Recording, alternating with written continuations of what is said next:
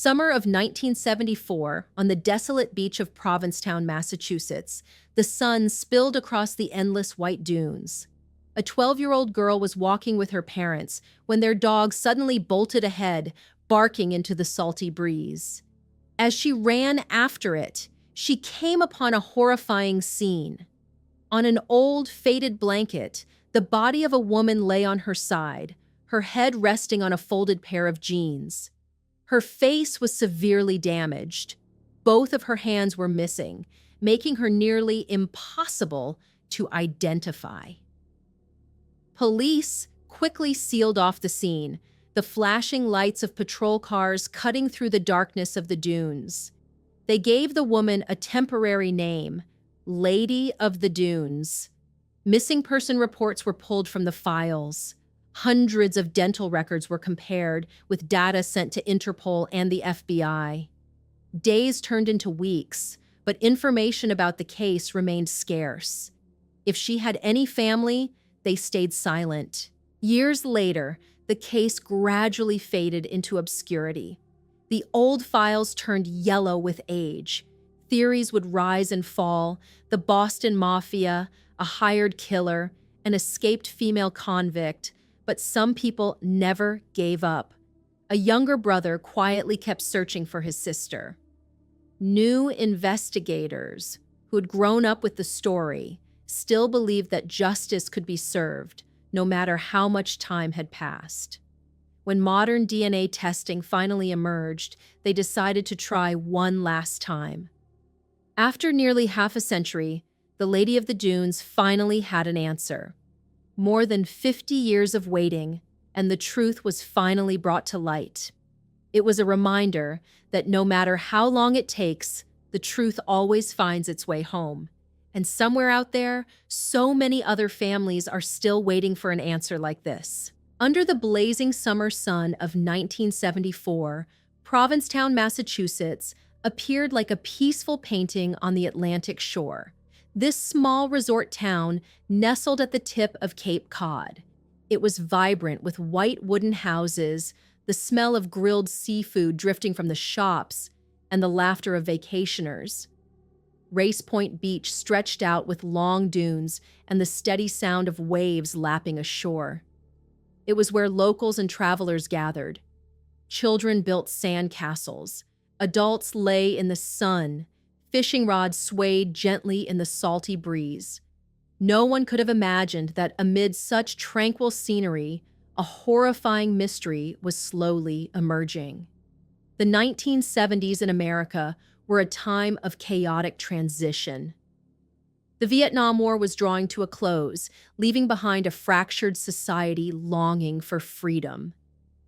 The hippie movement had risen, carrying a culture of defiance and liberal ideas about love and sexuality. Vans covered in flowers brought wandering young people to the beaches. They came to Provincetown to enjoy the summer, and they could have been anyone: a girl who had left home in search of a dream, someone running from the past, or simply a passerby. Among them, one unknown woman blended in and then vanished forever. Provincetown, despite the crowds of tourists, still kept the spirit of a close-knit community. The people here, from fishermen to cafe owners, all knew each other's faces. A stranger walking into town usually drew attention. Serious crime seemed almost unthinkable in such a place. But on July 26, 1974, everything changed. The decomposing body of a woman, left under the summer heat, was found by a little girl. The sight haunted everyone who witnessed it. Police could not confirm her identity. Her papers and belongings had all disappeared. A faint track of tire marks lay about 50 meters away, and 2 footprints led to a path before vanishing.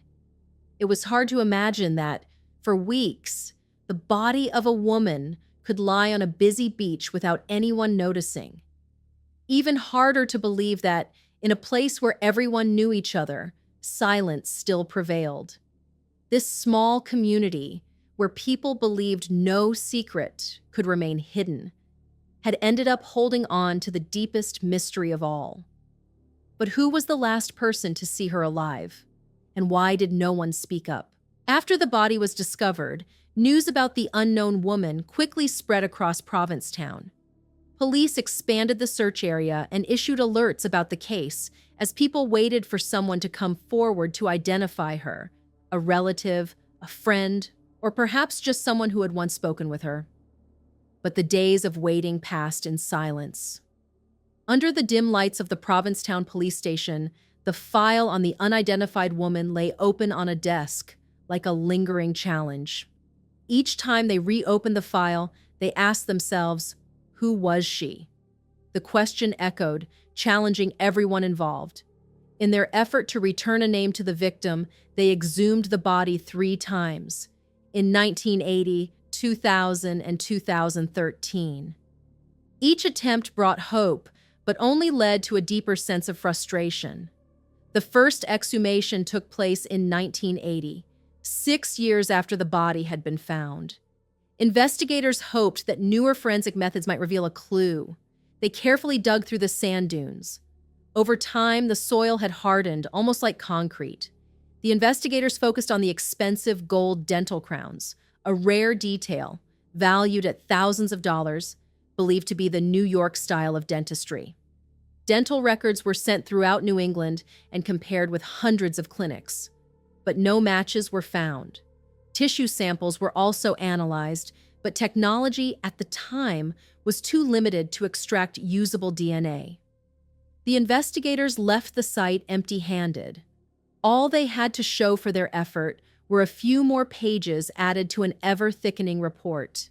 In 2000, the second exhumation was carried out. DNA technology had advanced, and the police placed their hopes on analyzing bone samples to determine the victim's identity. This time, they used more modern equipment and carefully preserved the specimens in controlled laboratory conditions. Forensic experts compared the DNA to missing persons databases. But at that time, those databases were still in their infancy, lacking information on cases that had never been officially reported. Once again, hope faded away. The investigators, from those who had worked the case since 1974 to the newer recruits, felt the depth of their frustration. The third exhumation in 2013 was the final effort before forensic genealogy emerged. Police used CT scanning techniques to reconstruct the victim's face. They hoped a more detailed image would spark someone's memory. The sketches were published in newspapers, broadcast on television, and shared across social media as online platforms were becoming more common. But Provincetown, a small community where gossip usually spread quickly, remained silent. The case file grew thicker with documents, analytical reports, and countless dead-end calls.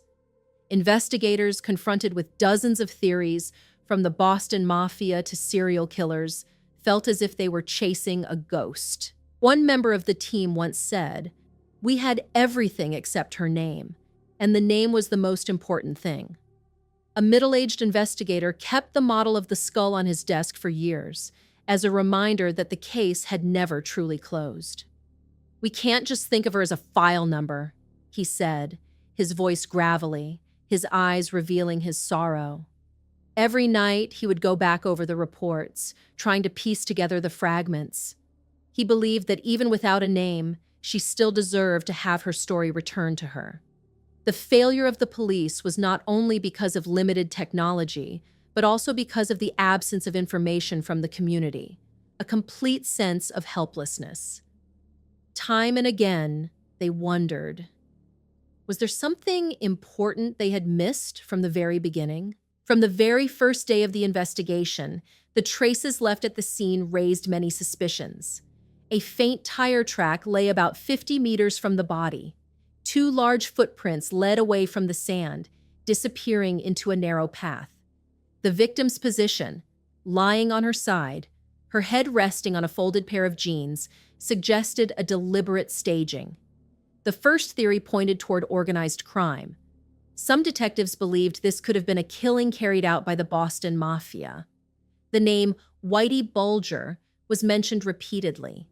He was notorious for severing hands and removing victims' teeth to prevent identification.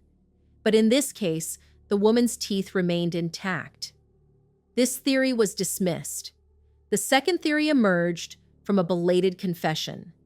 Haddon Clark claimed he had lured a woman onto the beach, attacked her, and removed both hands to erase any trace. He then described how he used part of her remains as fishing bait, a statement that horrified many. But investigators quickly discovered that the details matched word for word with lines from a local newspaper article. Clark's confession proved to be the fabrication of a disturbed mind. The third theory involved a well-known missing woman, Rory Jean Kessinger. In 1973, Rory had escaped from a prison in Plymouth. Her reddish-brown hair, height, and build matched the victim. Many believed she had fled to Provincetown to hide. In 2000, DNA samples were compared to those of Rory's mother.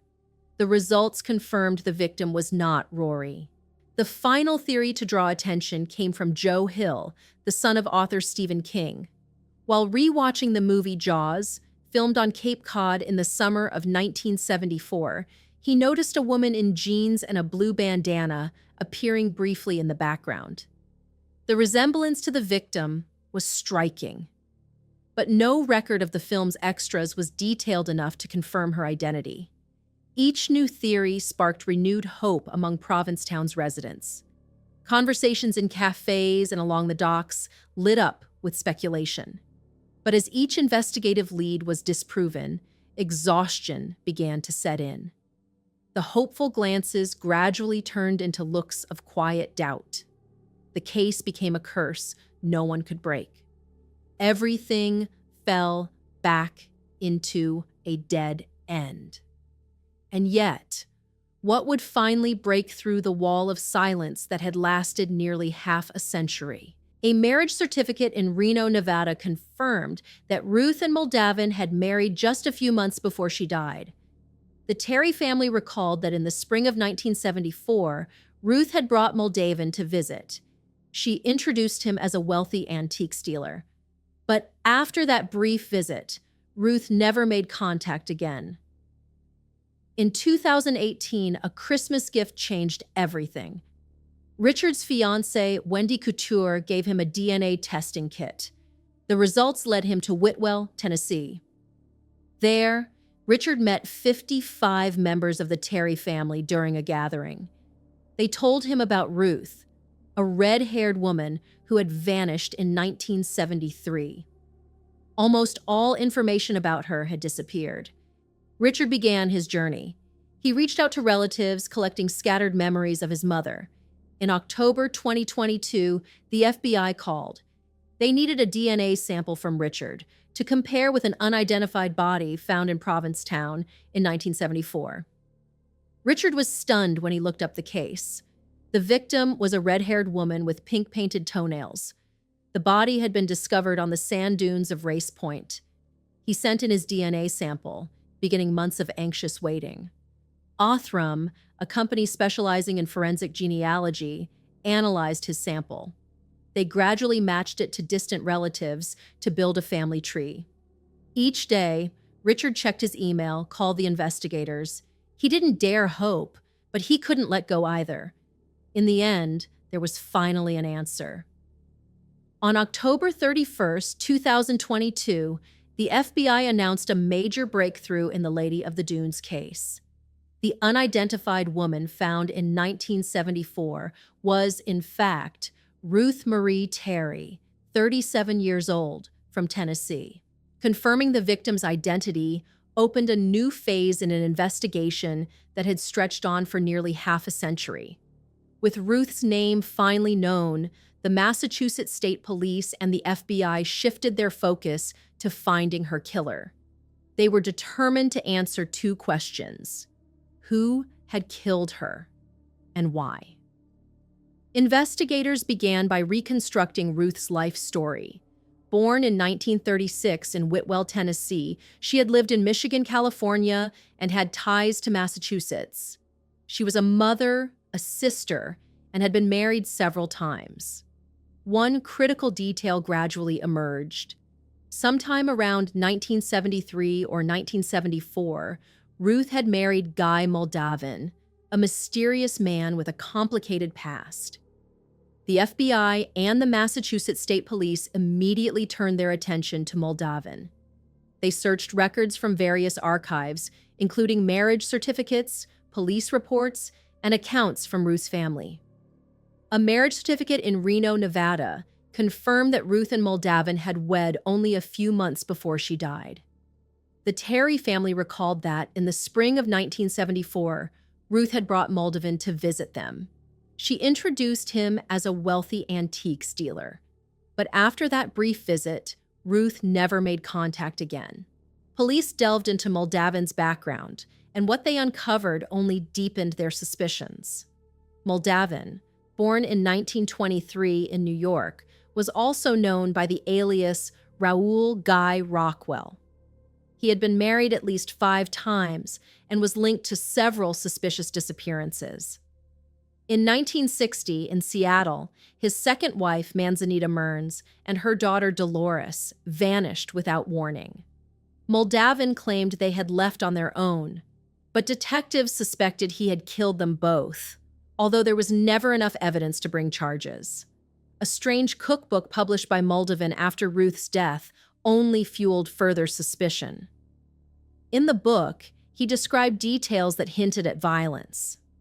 One recipe included an illustration of a long-haired creature that resembled Ruth's reddish-brown hair. Beneath the drawing was the sentence, "Out of the water and into the pan, the sweetness of pine will turn into the smell of burning gloves." Investigators compared details from the crime scene with Moldavin's known behaviors. Ruth's body bore multiple severe injuries, including missing hands and signs of post-mortem interference. These indicators mirrored cases in which Moldavin had previously been a suspect.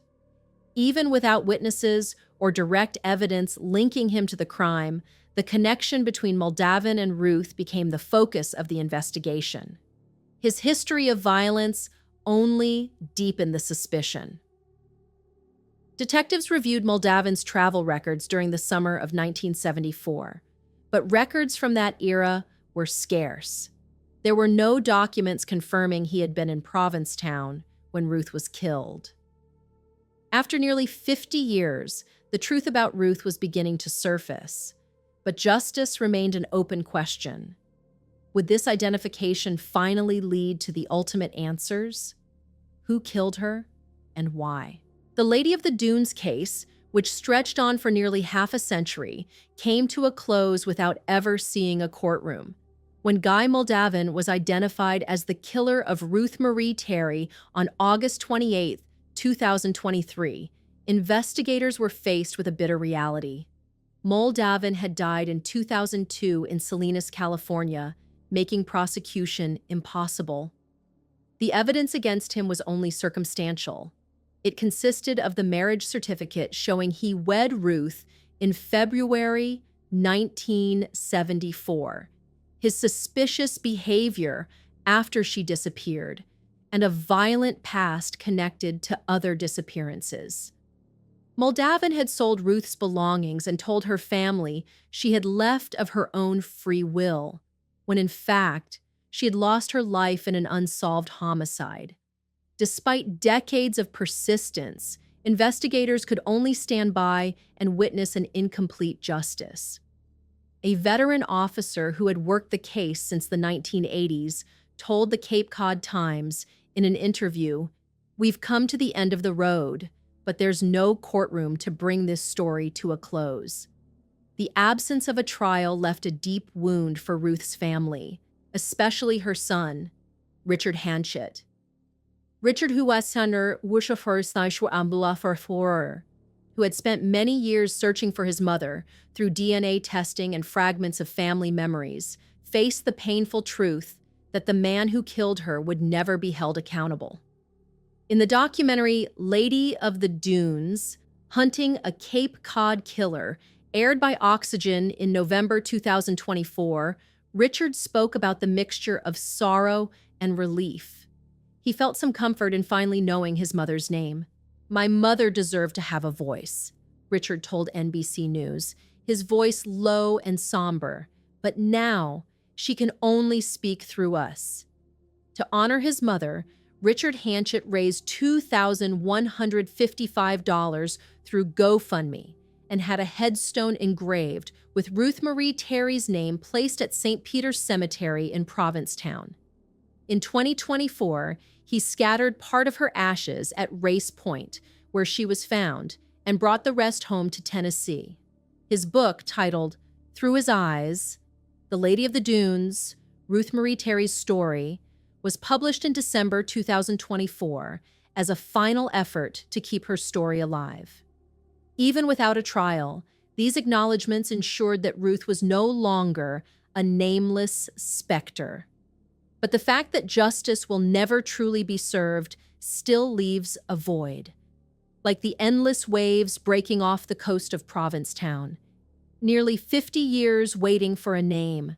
Nearly 50 years for a missing mother to become a real person again. But when the primary suspect has died and can never stand trial, does justice ever feel complete? Sometimes justice doesn't arrive in the way we expect, but the truth, even when it comes late, is still a gift. From an ethical perspective, the case raises a painful question. Does a person without a name still deserve to be remembered?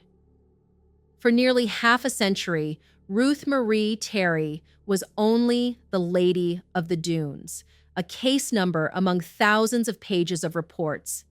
Police officers, from young investigators to seasoned veterans, fought to restore her identity.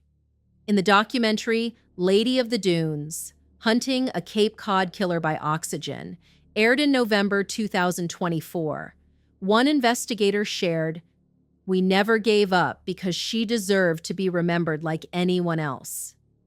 This dedication was not just a professional duty, but a moral commitment to a forgotten person. The journey of Richard Hanchett, Ruth's son, is proof of the perseverance needed to protect a person's dignity. Family ties and the bond between mother and child gave him the strength to search for the mother he had lost. From a social perspective, the case reflects the indifference of a community that seemed so close-knit. Provincetown in 1974 was a small town where everyone knew each other's face, yet no one recognized Ruth. The case became a mirror reflecting the apathy of a society preoccupied with itself. From a psychological perspective, it touches on a deep fear inside all of us, the fear of being forgotten. How do we define a person? By a name, by memories, or only by their brief existence in the eyes of others? Forensic science, especially genetic genealogy, was the key that opened the door to the truth. Even though Moldavan had died in 2002, identifying him through indirect evidence, his marriage to Ruth, his violent history, and his actions after the crime, showed the power of science to reconstruct the past. Above all, the case reinforced faith in justice, even if imperfect. Though there was no trial, restoring Ruth's name and naming Moldavan as her killer was still a victory for the truth. It restored the victim's dignity and brought some comfort to those left behind. Lady of the Dunes is a story about perseverance across time. It proves that technology can overcome darkness, and it affirms the belief that every person deserves to be protected by justice. Even as the sands of Race Point keep shifting, Ruth's story continues to echo, as a reminder that the truth, no matter how long it takes, will always find its way into the light.